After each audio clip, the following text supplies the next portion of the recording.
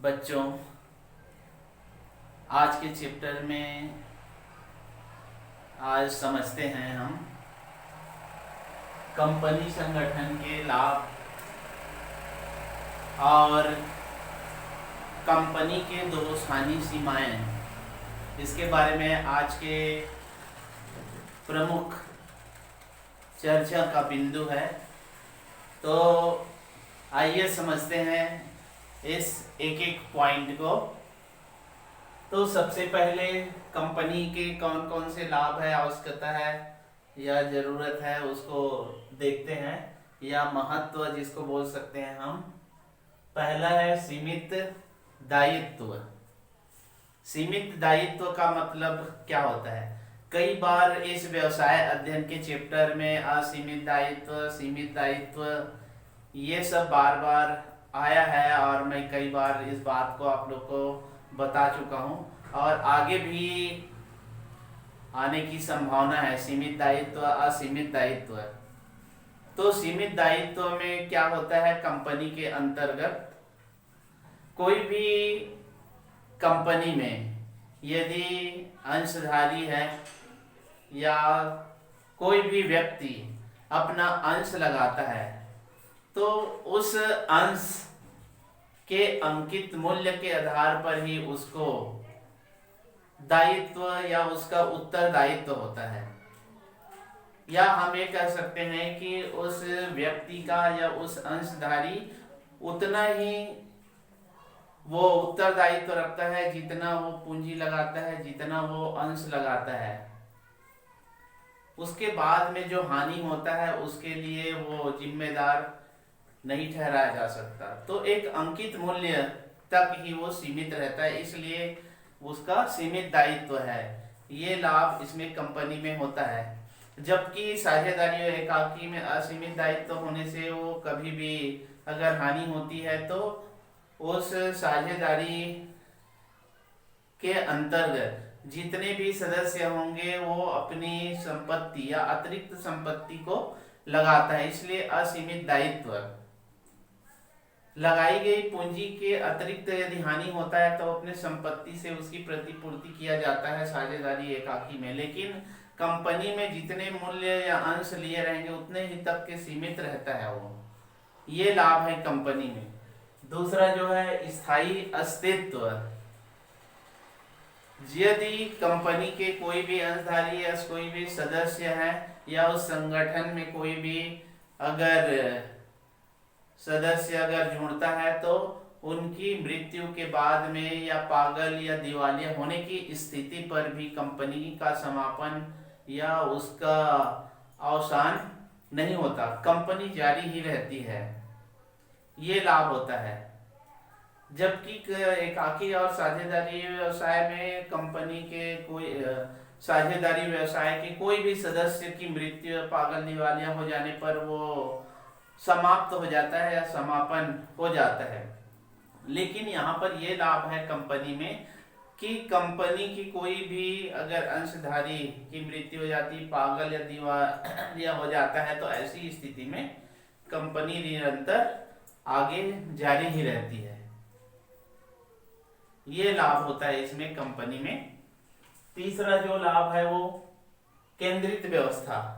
केंद्रित व्यवस्था मतलब होता है एक प्रबंध क्षमता या नियंत्रण जो होता है। इसमें अंशधारी और संचालक जो मंडल होता है या संचालकों के द्वारा प्रबंध व्यवस्था किया जाता है और प्रबंध व्यवस्था के कारण वो कंपनी एक स्थायी तौर पर या एक कहा जाए कि आगे के लिए उसको एक रास्ता साफ नजर आता है। प्रबंध क्षमता एक दुरुस्त होती है, ये लाभ होता है। तो एक केंद्रीकरण अंशधारी या संचालक मंडल जो होते हैं वो समय समय पर उस कंपनी के सारी क्रियाकलापों पर नियंत्रण या प्रबंध करते रहते हैं। इसके बाद में चौथा जो होता है अंश हस्तांतरण की सुविधा। कंपनी में अंशों का हस्तांतरण जो होता है वो बिल्कुल सरल है या आसानी से अंशों को खरीदे या बेचे जा सकते हैं। इसमें किसी भी प्रकार के व्यवधान या किसी प्रकार की समस्या या किसी प्रकार के बाधाएं नहीं होती है। कोई भी अंशधारी अपने अंशों को आसानी से बेच सकता है और कंपनी आसानी से उसको खरीद भी सकते हैं। इसमें कोई भी ऐसी बहुत बड़ी औपचारिकताएं पूर्ण करने की जरूरत नहीं होती है। इसीलिए यहाँ पर कहा गया है कि अंश हस्तांतरण की सुविधा उपलब्ध है। अंशों के हस्तांतरण में सुविधा होने के कारण कई अंशधारी इस कंपनी में जुड़ते जाते हैं और अपने अंश को प्राप्त कर लेते हैं। यदि अंशों को हस्तांतरण करना है तो उसको आसानी से वो हस्तांतरित भी कर सकता है। ये लाभ है कंपनी के। पांचवा जो लाभ है इसमें आयकर संबंधी रियायतें।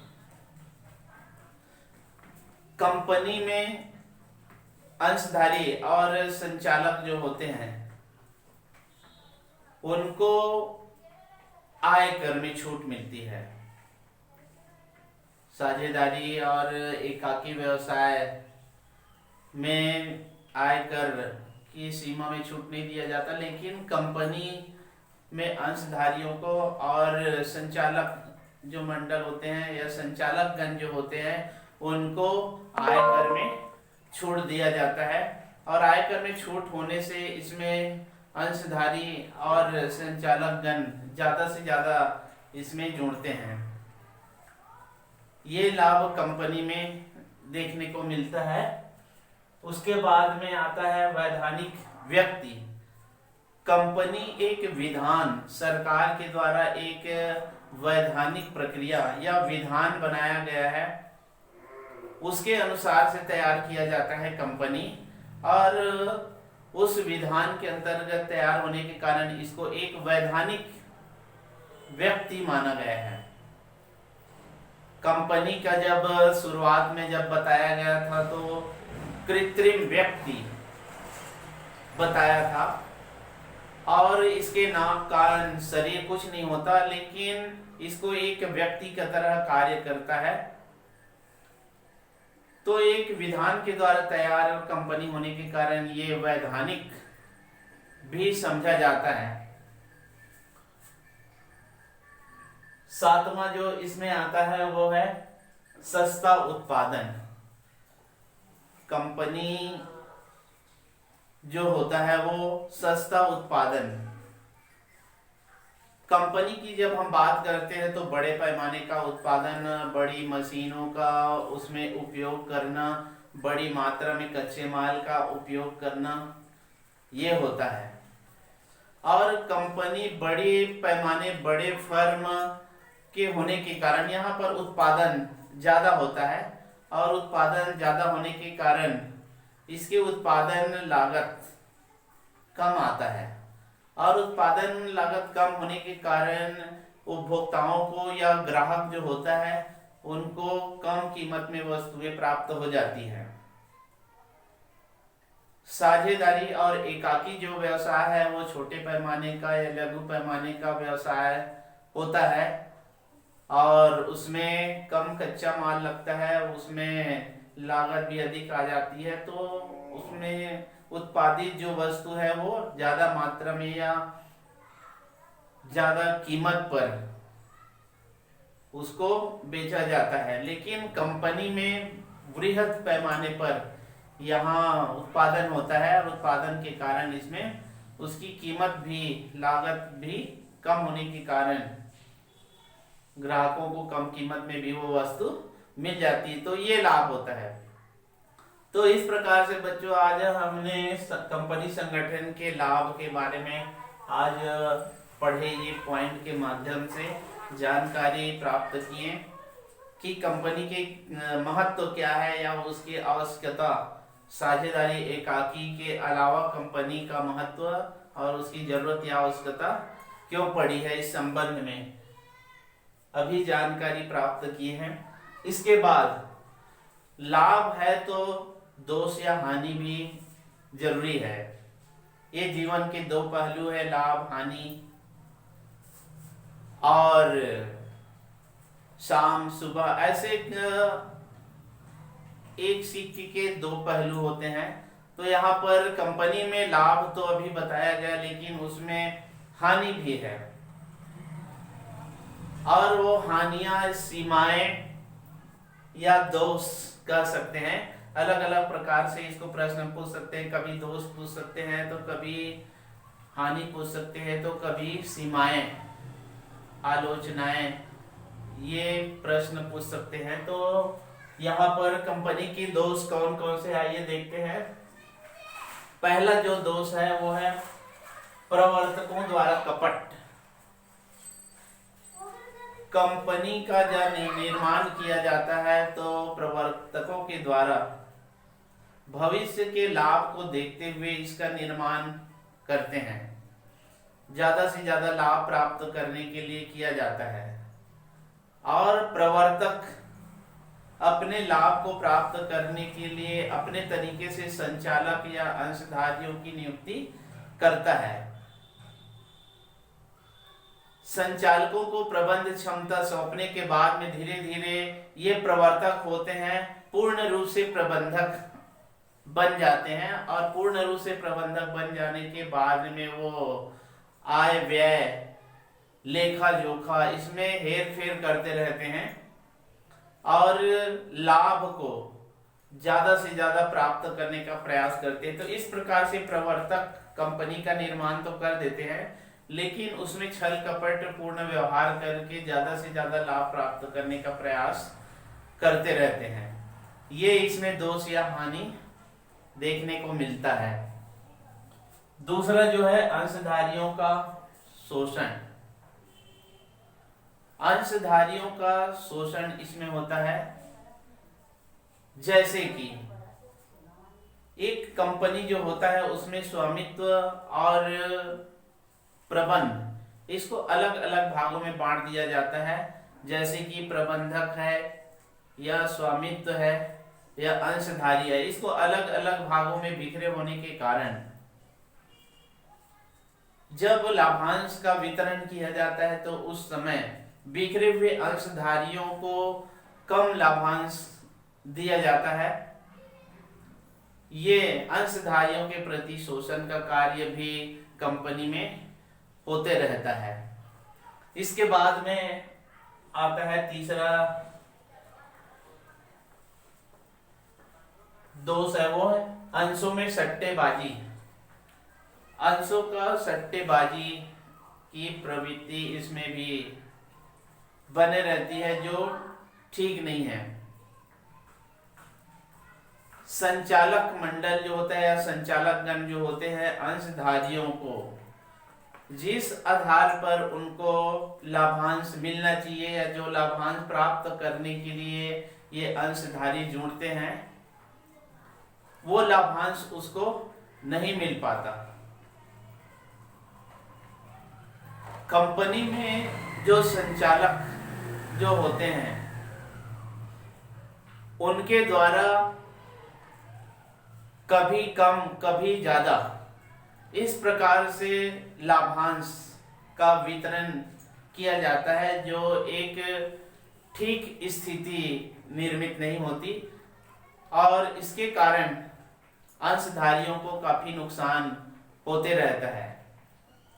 बार बार अधिक कम ये स्थिति कंपनी में बने रहती है और संचालक गण इसी स्थिति का फायदा उठाते रहते हैं। कभी अंशधारियों को कम के अंश देते, कभी ज्यादा देते हैं, और जब लाभांश का वितरण किया जाता है तो वहां पर उतार चढ़ाव के स्थिति के कारण अंशधारियों को काफी नुकसान होता है। ये सट्टेबाजी की स्थिति निर्मित करते रहते हैं। ये दोष इसमें देखने को मिलता है। चौथा जो है वो है निर्माण में जटिलता। निर्माण जो होता है उसमें जटिलता, कठिनाई कहा जा सकता है इसको। कंपनी का जो निर्माण जब किया जाता है तो उसमें औपचारिकताएं बहुत सारी औपचारिकताएं पूर्ण करना पड़ता है इसमें, जबकि एकाकी और साझेदारी का निर्माण आसान और सरल तरीके से किया जा सकता है। लेकिन कंपनी एक बृहद पैमाने का संगठन है, बड़े स्तर का संगठन है, इसलिए इसमें सरकार के बहुत सारे औपचारिकताओं को पूर्ण करना पड़ता है और उस औपचारिकता के कारण समय, धन, इसका ज्यादा खर्च हो जाता है और ज्यादा खर्च होने के कारण कंपनी पर एक कई बार खतरा मंडराने लग जाता है। तो ये दोष या हानि इसमें देखने को मिलता है। पांचवा जो है गोपनीयता का अभाव। गोपनीयता, कंपनी की बैठक या सभा होते रहती है और उस बैठक में जो भी प्रस्ताव पारित होता है, जो भी प्रस्ताव लाया जाता है, उसका प्रकाशन किया जाता है और उस प्रकाशन को सीधा जनता तक के पहुंच जाता है और जनता उस सारे गोपनीयता को समझ जाती है और कई बार ऐसी स्थिति हो जाती है कि उस कंपनी में भाग लेने की इच्छा ही नहीं रखते या अंश निर्गमन करने की उनकी एक शौक कहा जाता है, वो नहीं बन पाता है। तो इसकी गोपनीयता समाप्त हो जाता है। जैसे कि एकाकी व्यापार है, एकाकी व्यवसाय साझेदारी में पूर्ण रूप से गोपनीय होता है, उसमें किसी भी प्रकार के सभा बैठक आयोजित नहीं होती और उसको गोपनीय रखा जाता है। किसी भी प्रकार से वो उस सभा में जो भी बातें होती है उसको प्रकाशन नहीं किया जाता। लेकिन कंपनी में जो भी बैठक आयोजित होगी, सभा आयोजित होगी, सारे जो एजेंडा होंगे, सारे कार्यक्रम होंगे, सारे प्रस्ताव जो होंगे, उनको प्रकाशित किया जाता है, जो जनता तक के वो पहुंच जाती है और कंपनी की जो गोपनीयता है वो भंग हो जाती है। इसलिए कंपनी को ठीक नहीं कहा जा सकता। ये दोष है इसमें। छठवां जो है हित संघर्ष। कंपनी के हित संघर्ष जो होते हैं, कंपनी में पूर्वाधिकार अंशधारी और समता अंशधारी, ये अंशधारी होते हैं। पूर्व अंशधिकारियों का कहना है कि जो भी लाभांश होता है उस लाभांश को वितरित कर देने के बाद में और जो बचत राशि है उसकी एक कंपनी में कोष बनाकर जमा कर देना चाहिए, ऐसा पूर्वाधिकार अंशधारियों का कहना है। ये हित संघर्ष होता है पूर्वाधिकार अंशधारी में और समता अंशधारी में। समता अंशधारी वालों का कहना है कि जितना भी लाभ होता है, जितना भी लाभांश होता है, उनको वितरित कर देना चाहिए। ये समता अंशधारियों का कहना है। तो इस प्रकार से अपने अपने हितों के लिए बीच में संघर्ष होते रहता है। पूर्वाधिकारी अंशधारियों का अलग कहना है, समता अंशधारियों का अलग कहना है। तो इस प्रकार से दोनों की खींचतान, दोनों के बीच संघर्ष, दोनों के बीच में विवाद के कारण कंपनी की जो स्थिति दयनीय हो जाती है और कई बार समापन की स्थिति बन जाती है कंपनी, लड़ाई झगड़े विवाद के कारण। तो इस प्रकार से आज कंपनी के कौन से लाभ है, कंपनी के कौन कौन से दोष है, इसके बारे में आज के चैप्टर में हम लोग समझे हैं। महत्वपूर्ण चैप्टर के बारे में इस व्यवसाय अध्ययन के अंतर्गत आपको समझाया गया। अगले जो महत्वपूर्ण बात है वो अगले पीरियड में आपको समझाया जाएगा। धन्यवाद।